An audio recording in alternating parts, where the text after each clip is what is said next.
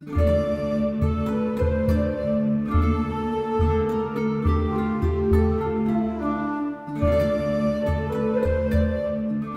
Claddagh ring is a traditional Irish ring which represents love, loyalty and friendship.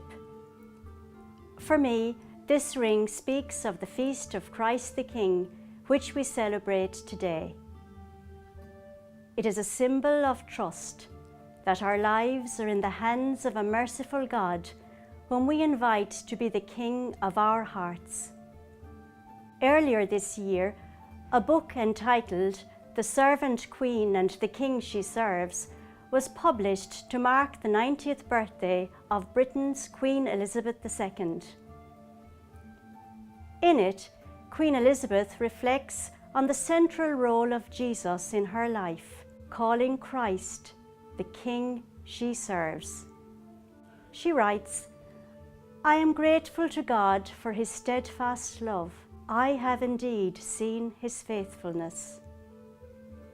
Today's feast is that of the servant king, whose mission and message was the kingdom of his Father, a kingdom of truth and life, a kingdom of holiness and grace, a kingdom of justice, love and peace.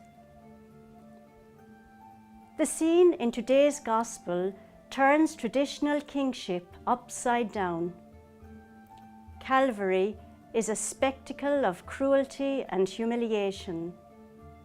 There are no fine robes for Jesus, but a naked and scarred body, no jeweled crown, but one of thorns, no majestic throne or rings on his fingers, but nails which fix him to a cross.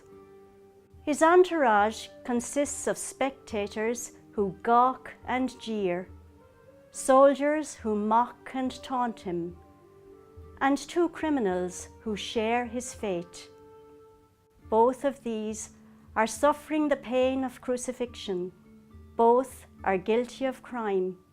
Both have heard Jesus pray, "Father, forgive them, for they know not what they do." Both want to be saved, but what differing reactions. One gets caught up in the jeering, but the other recognizes the innocence of Jesus and calls him by name, asking only for a remembrance.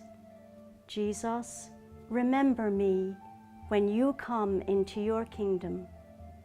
How wonderful it must have been for him to hear these words, "Today you will be with me in paradise." This was his reward for surrendering himself and his past to the mercy and reign of Christ the King. We too are called to do the same, but how difficult we find this, as we allow other things to control and dominate our relationships and our lives. We need to embrace and be grateful for God's grace and mercy.